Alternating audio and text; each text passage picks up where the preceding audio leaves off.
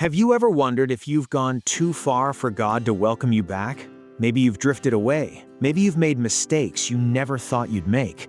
Or maybe life became so busy that your relationship with God slowly faded. The amazing truth of Scripture is this: God never stops calling His children home. Throughout the Bible, we see the same message repeated again and again. Whenever people genuinely returned to God, He received them with mercy, forgiveness, and restoration. The prophet Joel delivered God's invitation to Israel during a time of judgment. "Even now, declares the Lord, return to me with all your heart, with fasting and weeping and mourning. Rend your heart and not your garments. Return to the Lord your God, for He is gracious and compassionate, slow to anger, and abounding in love." Notice that God wasn't asking for empty religious rituals. He wanted their hearts. Real repentance isn't simply feeling guilty, it's turning away from sin and turning back toward God. One of the greatest pictures of this is the story Jesus told about the prodigal son.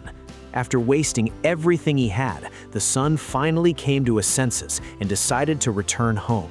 He expected rejection, he expected punishment. Instead, his father ran toward him, embraced him, and celebrated his return. Jesus said, "But while he was still a long way off, his father saw him and was filled with compassion for him. He ran to his son, threw his arms around him, and kissed him." This is the heart of God. When we truly return to Him, He doesn't stand waiting to condemn us, He welcomes us with grace. Returning to God also brings forgiveness.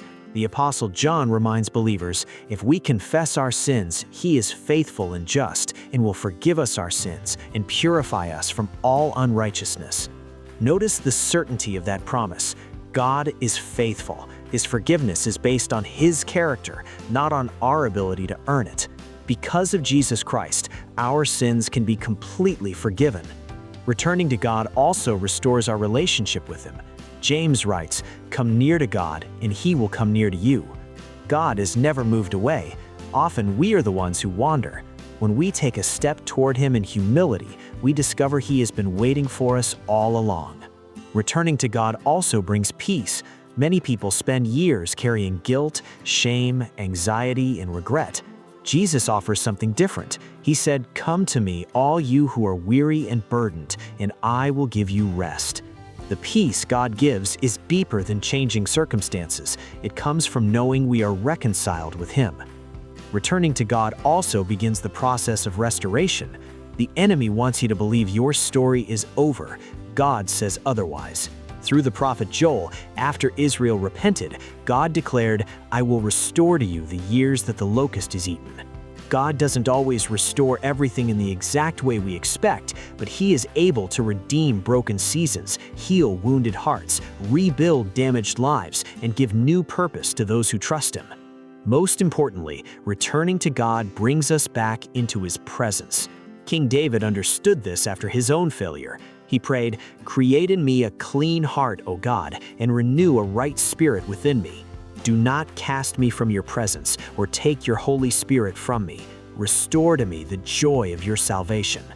David didn't ask for wealth. He didn't ask for success. He asked for God's presence because nothing compares to walking closely with the Lord. If you have wandered away from God, today is not too late. His invitation remains open. Return with a humble heart, confess your sins, trust in Jesus Christ, receive His forgiveness, walk in His grace. God is not waiting to shame you, He is waiting to restore you.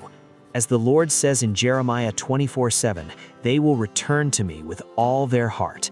No matter how far you've wandered, one step toward God can become the beginning of a completely new life.